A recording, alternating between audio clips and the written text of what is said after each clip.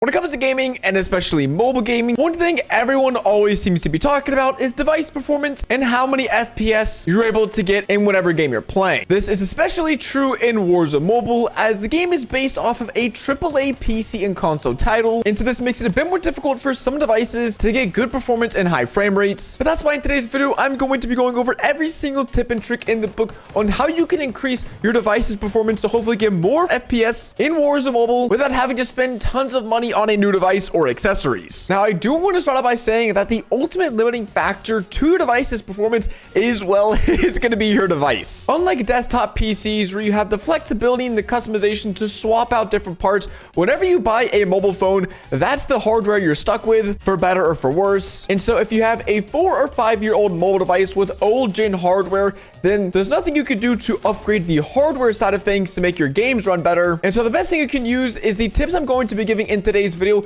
to hopefully either optimize the software of your device, the settings in your game, or some external factors that can also lead to worse performance. But by changing these, hopefully I'll be helping you guys get a much better overall gameplay experience than Warzone Mobile. And quickly before we hop into the tips, I did also want to say that keeping your app up to date is incredibly important, as Warzone Mobile has been consistently releasing a lot of hot fixes and small updates that are aimed towards improving performance and optimization on a wide range of devices. And also, the tips in this video aren't going to be able to double or magically triple the FPS that you're getting currently in Warzone Mobile, but these tips are more to try to help prevent lag and other frame drops that you might be experiencing within the game. And these are tips that I've personally used over the last few years while gaming on various Android devices, and so I really hope these tips help your game run just a little bit better. Now, the first thing you want to do to increase the performance of your game is head to the graphics settings within Warzone Mobile. And at the launch of Warzone Mobile, the graphics options that we are given aren't super detailed, but they do give us enough flexibility and customization to tweak the settings just enough to help change the performance of the game on your device. Now, if you're simply looking for the most FPS possible, the best performance, then you're always going to want to use the lowest graphical preset option that you have unlocked. Warzone Mobile has preemptively locked some graphical options, and so for you, this setting is going to differ based on your device, but whatever option is the lowest for you, make sure you go ahead and select that. It will make your game look a little bit worse, but that's the trade-off when you're trying to get better performance. Usually it does make your game look a little bit worse. The next setting we're going to take a look at is the option to optimize between battery and frame rates. And well, if you're watching this video, we're obviously going to be choosing the frame rate option. I do want to give a little bit of caution that if you're optimizing for frame rate, if you have an older device with a smaller or a weaker battery, then there is a chance that after just 60 or 90 minutes of gaming on Warzone Mobile, due to the intensity of this game, then your device might be out of battery. So it'll be really important to keep a close eye on the state of charge of your device while using the setting and while playing Warzone Mobile. And the next setting doesn't really have much impact in terms of performance, but more if you're someone who plays on mobile data versus Wi-Fi. If you don't want your mobile data usage to be crazy, then turn off this setting. But if you're someone like myself who plays on Wi-Fi, then it doesn't matter if you have the setting turned on or off. Lastly, and arguably the most important in-game setting for Warzone Mobile is going to be the frame rate option in the graphic settings. Now, similar to the graphic preset option, some devices are going to have access to different frame rates based on the performance and the hardware of the device that Warzone Mobile has deemed fit for different frame rates. But regardless, most of the time you are going to want to choose the highest frame rate available for you to play at. And I say most of the time because actually there's some devices out there that have access to this uncapped frame rate, but are only ever going to average around 45 FPS. And so if you have a device that you realize is not going to be able to average above over 60 FPS, then it's probably best to play at that 60 FPS frame limit cap. And same thing, if you have a device that's averaging around 30 FPS, instead of playing at the 60 FPS cap, it's probably best to play at that 45 frame rate limit. But this is really just going to depend from device to device. Everyone's devices are so different. There's so many smartphones and tablets out there in the world that I can't just say it's a one size fits all approach. I would definitely say start at the highest frame rate limit and then slowly work your way down through the ranges and see which one feels best for you. Obviously, playing on a higher frame rate limit is going to cause your device to overheat faster and thus potentially cause more lag spikes and frame drops later into your gaming session. But fortunately, these next few tips are going to be meant at addressing the overheating problem of phones and ways you can cool down your device while gaming to prevent your device from losing out on these performance gains. One of the fastest ways to actually overheat your device is by charging it while playing.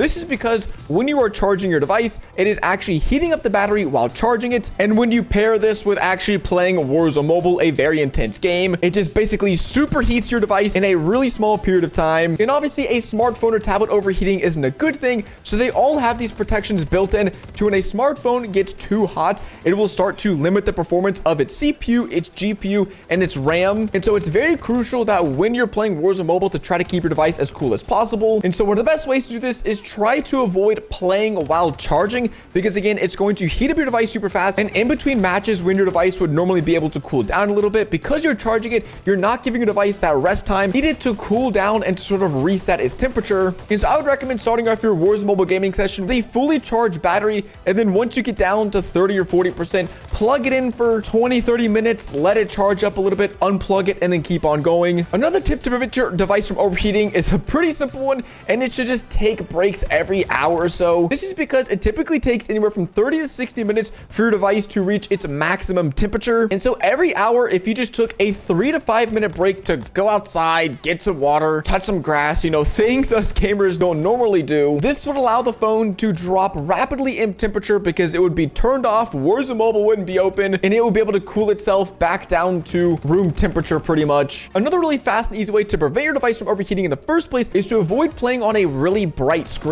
Typically, I play most of my mobile games on a 50% screen brightness. This is because it's still bright enough for me to see everything on the screen and see all my enemies, but it's not so bright to where it's overheating my device and it's making my device work harder than it needs to. And also, a brighter screen will drain the battery faster, which makes you charge your phone more, which then overheats the device faster. So I would recommend playing on a 50% screen brightness or lower, which will really help your phone from overheating. Lastly, there are 2 more tips to prevent your device from overheating. The first one would be to take off any cases that you might have on your phone or tablet while gaming. This is because this will make it harder for your phone to dissipate that heat and to cool itself down while gaming. And the second tip would be to try to keep the phone or tablet off of any flat surfaces where the back of the phone isn't exposed to natural airflow. This is because the way mobile devices cool themselves off is they typically have cooling chambers in the back side of the phone, which is why the backs of the phones are usually really hot, because this is where they dissipate their heat. So if the back of the phone is always on a desk or a bed or a table, then it's not able to get that airflow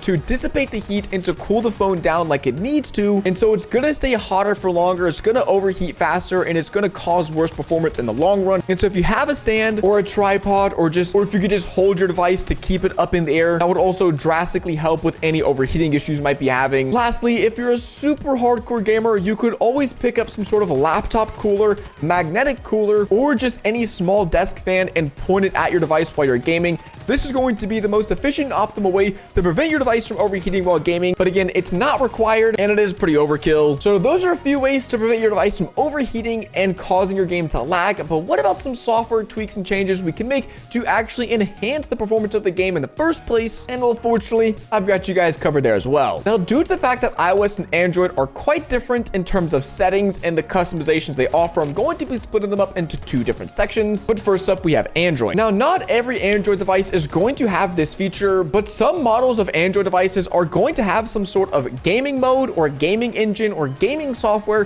where you're able to launch the game through this special feature that will then unlock more customization options when it comes to gaming. For Red Magic devices in particular, when I launch a game, I'm able to open up this menu that gives me a ton of customization, and more importantly, I can fine-tune the CPU to actually make it run more aggressively, and I get to choose between eco, normal, and boost mode. And for example, on how drastic these different modes can be, I've heard reports that if you play with a game on eco mode, then you're limited to 45 FPS, but if you're able to play on the boost mode like I've done myself, then you can get up to 100 FPS on average in Warzone Mobile. So you can literally sometimes double your FPS depending on the gaming mode you're using on your Android device. So it'll be really important for you guys to check if you have one of these engines or settings on your devices and to see which mode your device was preset to. Now for these next settings, you're going to need to unlock the developer options in your Android device, and it's super simple. All you have to do is go to the About Phone section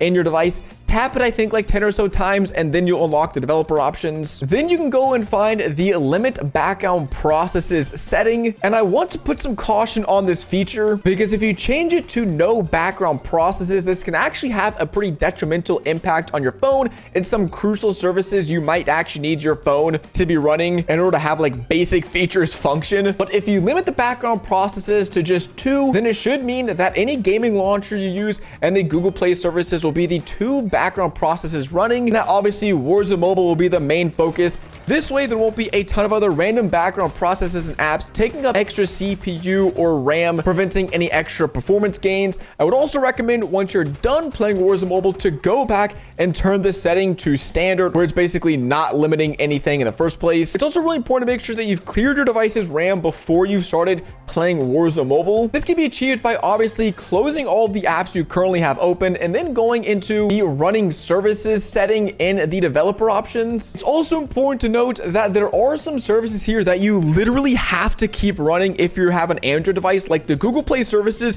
You can't stop this one or else your phone is going to break. But if you do see any applications or background services that you recognize that can be shut down, like let's say any other apps or services or VPNs that might be running in the background, feel free to shut those down to clear up some extra RAM to allocate that for Warzone Mobile. But again, make sure to only ever shut down applications that you're absolutely sure won't have any negative impact on your device. And these are basically all of the Android software optimization tips and tricks that I'm comfortable sharing in today's video. There are tons of other ones out there online, but most of them are just myths, straight up don't work, or are probably some sort of scam to make you download an app that's actually going to make your device run worse. So these are the methods that I've used personally over the last few years on Android and that I think can provide some benefit for you all. And now it is time to move on to the iOS settings. Unfortunately, iOS is a lot more restrictive when it comes to settings in terms of device performance. All you can really do on your iOS device in order to optimize performance is to clear out of all of the apps before you start playing Warzone Mobile, and that's basically it. Unlike Android, there's no developer options, there's no gaming engine, and there's no fancy way to tweak these system settings before you play your game. You can turn off some system services like background app refresh, but if you do this,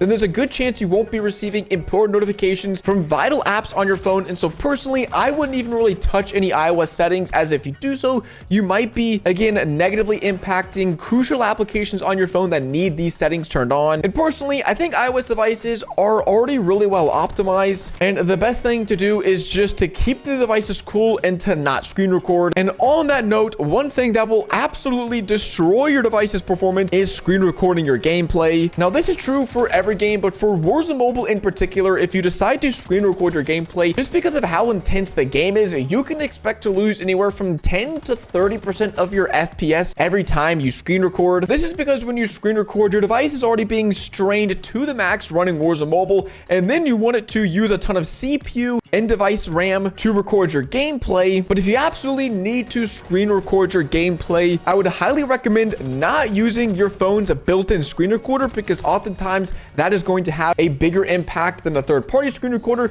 What I would recommend doing is downloading X Recorder. It's the one I've been using for years. It's free, and copy these settings on the screen. This will still give you an HD video file that you can upload to YouTube, share with your friends, but it will have a smaller impact on your gameplay performance if you just, once again, absolutely want to or just have to screen record your gameplay. For iOS devices, unfortunately, there's no such thing as a third-party screen recorder or an external screen recorder. You could, of course, use an Elgato capture card, but those are like $200, and at that point, you're just better off probably buying a cooler and then screen recording your device anyways. But ladies and gentlemen, those are the main ways to increase your device's performance when it comes to Warzone Mobile. Again, there might have been some other rumors, myths, or tips and tricks you've heard out there online in regards to how to boost the FPS or double it or triple it. But for me personally, these are things that I've been using over the last 6 years in my personal gaming career to ensure that I'm always getting the best performance possible given the device that I'm using and giving the optimization of the game that I'm playing. Again, if you do end up using any of the developer options on Android, I just want to caution you a bunch to be super safe when doing so. Make sure you research the options that you're using, because if you start going crazy, you can start having some pretty negative impacts on your device's performance in other areas of the phone if you start just changing a bunch of settings. But all in all, I hope I was able to squeeze out a few more FPS for you guys by the end of today's video. If I was, a like would be greatly appreciated, and a subscribe as well if you guys haven't already to the channel. With all that being said, it's been DuckyTheGamer. Thank you so much for watching today's video, and I'll catch you guys in the next one.